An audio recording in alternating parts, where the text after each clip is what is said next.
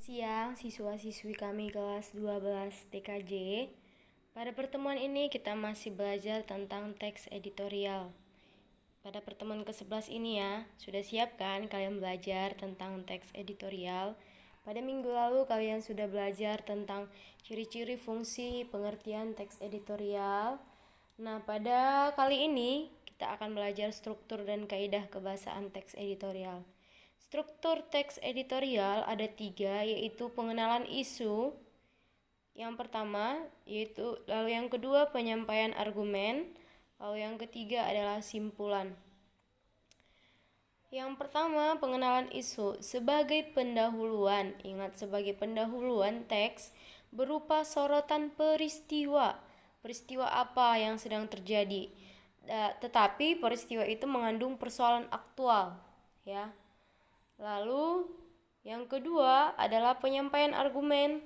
Penyampaian argumen ini ada berupa peristiwa atau masalah faktual yang merupakan fakta. Lalu ada beberapa argumen atau data yang didasari fakta. Lalu penegasan, itulah yang terdapat di dalam penyampaian argumen.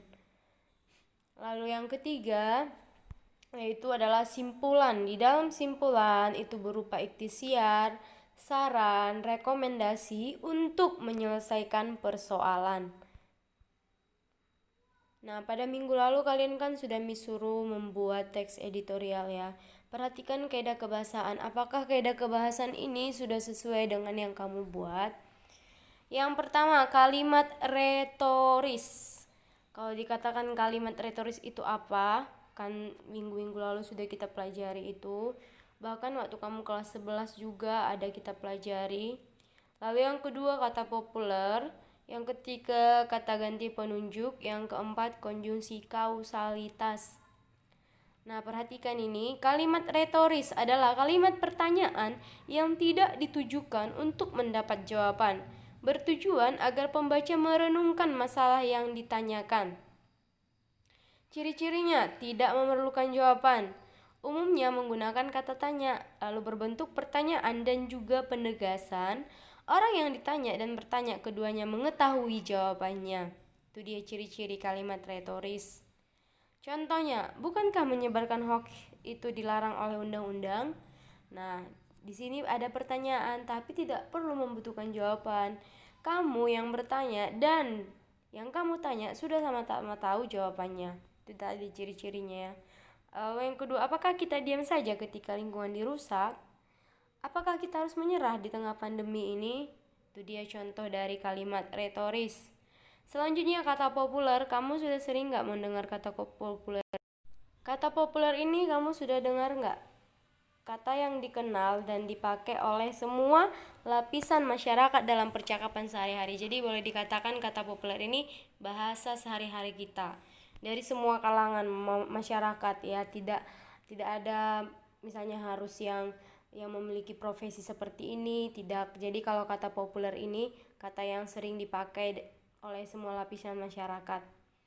Nah, perhatikan perbedaannya. Kalau kata populer itu biasanya lawan katanya itu kata kajian. Kata populer ciri-cirinya dikenal oleh masyarakat umum, sedangkan kata kajian dikenal oleh ilmuwan atau profesi tertentu. Kata populer terdapat dalam percakapan sehari-hari, sedangkan kata kajian terdapat di karya tulis ilmiah atau seminar. Lalu kata populer dipakai oleh masyarakat umum, sedangkan kata kajian dipakai oleh ilmuwan atau profesi tertentu. Selanjutnya, kata ganti penunjuk. Kata yang digunakan untuk mengganti sesuatu dikenal juga sebagai pronomina. Digunakan agar suatu kalimat disampaikan tidak bertele-tele.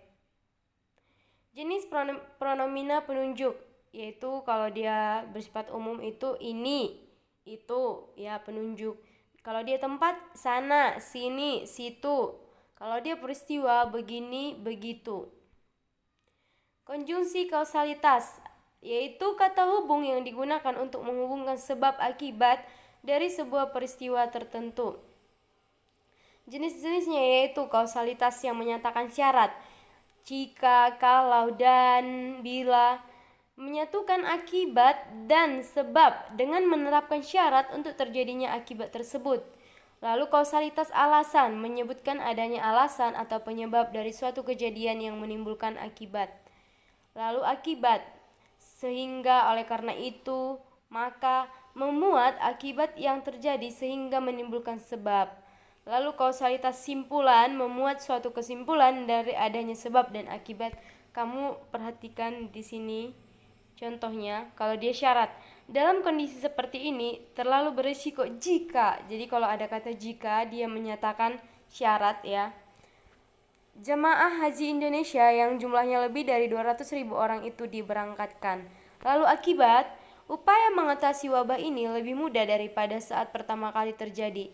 Oleh karena itu, tidak perlu tim khusus untuk menangani kasus itu. Itu akibat, ditandai dengan kata oleh karena itu.